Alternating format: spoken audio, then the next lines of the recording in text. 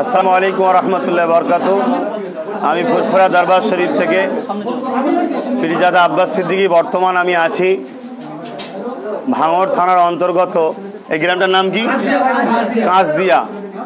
এই কাঁচদিয়াতে একটা অসুস্থ ছেলে আমাকে ভালোবাসে, মোজাদ্দেদ জামানের সিলসিলার মুরিদ এবং আমার সংগঠনের কর্মী।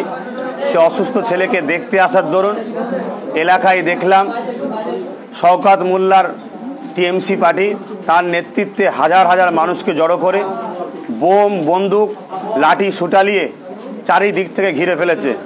সেই জায়গায় এখন আমাকে মারার হুমকি দিচ্ছে, আমাকে মারার কথা বলছে। কথাটা কিন্তু একদম 100% সত্য। জীবনে কখনো মিথ্যা কথা আমার বাপ মা বলা শেখাই নাই, বলছি না। এবং আমরা যে গাড়ি করে এসেছি সেই গাড়ি ভাঙচুর করেছে।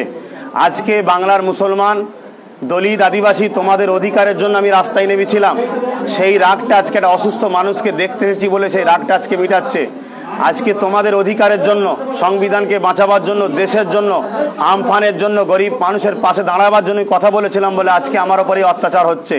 এই জায়গায় দাঁড়িয়ে থেকে আমি সংক্ষেপ সময় এতটুকু বলছি, তোমরা যে যেখানে ভিডিও পাবে, যদি এর জবাব তোমরা আগামী 24 ঘন্টায় এই সরকারকে না দাও, রোড টোড কীভাবে বন্ধ করবে, কি করবে না করে আমি কিচ্ছু জানতে চাইছি না। কেন প্রশাসন থাকাকালীন আমার ওপরে অত্যাচার হচ্ছে, আমার গাড়ি ভাঙচুর হচ্ছে।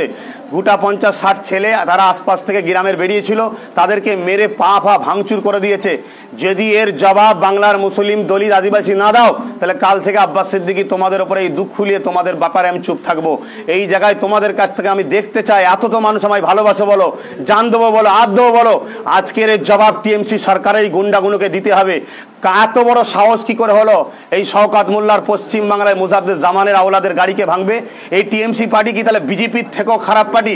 এরা কি তাহলে মুসলিম ধর্মগুরুদের ঘরে মারতে চাইছে? এরা কি তাহলে মুসলমানদের ঘরে মিটাতে চাইছে? একটা অসহায় মানুষকে দেখতে আসার কি আমার অধিকার নাই?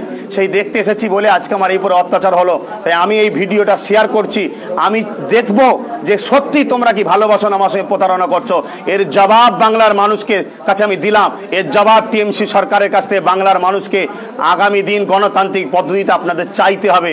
এখন যে যেখানে পাবেন কিভাবে গণতান্ত্রিক পদ্ধতিতে চাইবেন সেই আওয়াজ আমি শুনতে চাই। প্রত্যেকটা প্রান্ত থেকে, প্রত্যেকটা কেন্দ্র থেকে একটাই আওয়াজ শুনতে চাই, কেন আমার গাড়িকে ভাঙা হলো? টিএমসি সরকার এবং টিএমসি সরকারের প্রশাসন এবং টিএমসি সরকারের এই হারমাত বাহিনীদের কাছ থেকে জবাবটা চাই। এই জবাব তোমরা আওয়াজ তোলো।